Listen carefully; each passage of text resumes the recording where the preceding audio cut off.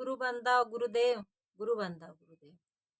मैं आप लोगों के बीच में बहुत ही प्यारा सा एक भजन लेकर के आई हुई हूँ। इस भजन के माध्यम से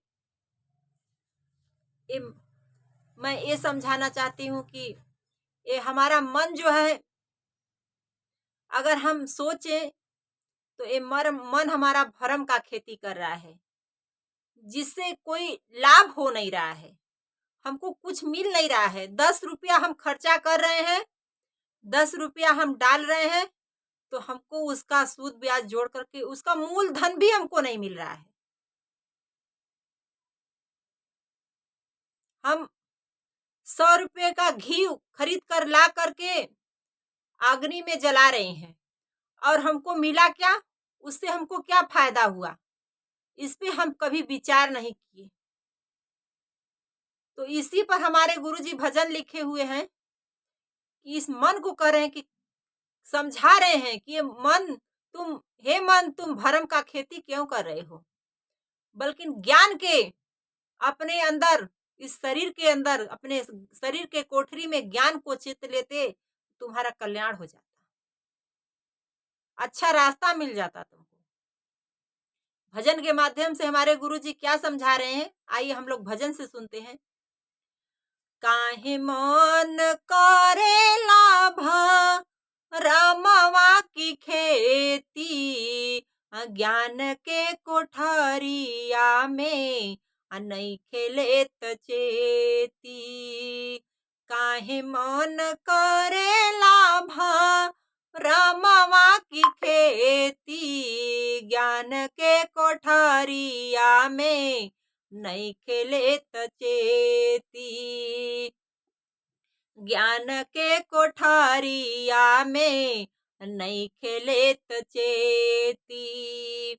भरम के सपना देखेला दिन राती, भरम के सपना देखेला दिन राती। भइली शरीरिया दी यनमा कबाती, भइली शरीरिया दी यनमा कबाती। जलत नइखे दिया ना फैलत नइखे ज्योति, जलत नइखे दिया ना फैलत नइखे ज्योति। ज्ञान के कोठरिया में नइखे लेत चेती। ज्ञान के कोठरिया में नइखे लेत चेती। भरम छोड़ावे चलला तारे परिवारा, भरम छोड़ावे चललें तारे परिवारा। बोध गया में जाके खइल पछारा, बोध गया में जाके खइल पछारा। फाल्गो नदी में बदले बालुआ की रेती, फाल्गु नदी में बदले बालुआ की रेती। ज्ञान के कोठरिया में नइखे लेत चेती। ज्ञान के कोठरिया में नइखे लेत चेती।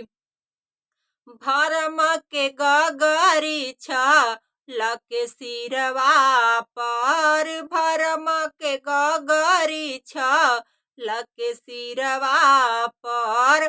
पांडा के डांडा खइल तीरवा पर, पांडा के डांडा खइल तीरवा पर।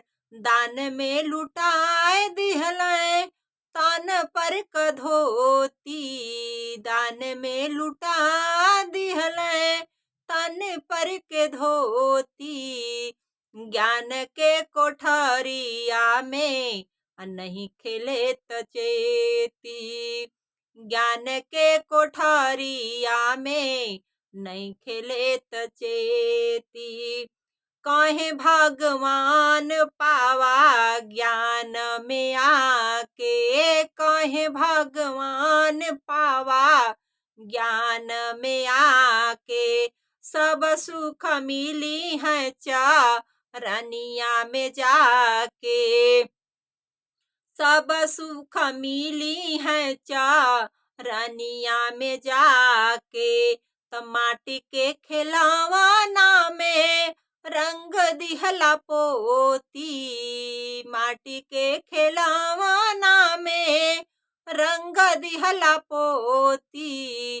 ज्ञान के कोठरिया में नइखे लेत चेती, ज्ञान के कोठरिया में नइखे लेत चेती। काहे मन करेला भरमवा की खेती, अरे काहे मन करेला भरमवा की खेती। ज्ञान के कोठरिया में नइखे लेत चेती, ज्ञान के कोठरिया में नइखे लेत चेती। कितना भजन के माध्यम से हमारे सतगुरु भगवान जी कितना प्यारा समझा रहे हैं, अच्छा समझा रहे हैं।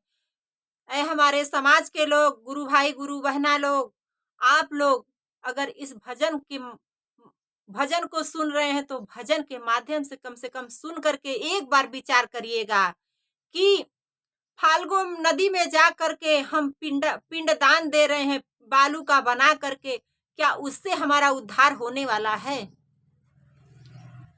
उसमें गोता लगाने से, अब बालू का पिंडदान करने से हमारे माता पिता मुक्त हो सकते हैं, हम मुक्त हो सकते हैं, उद्धार हो सकता है हमारा।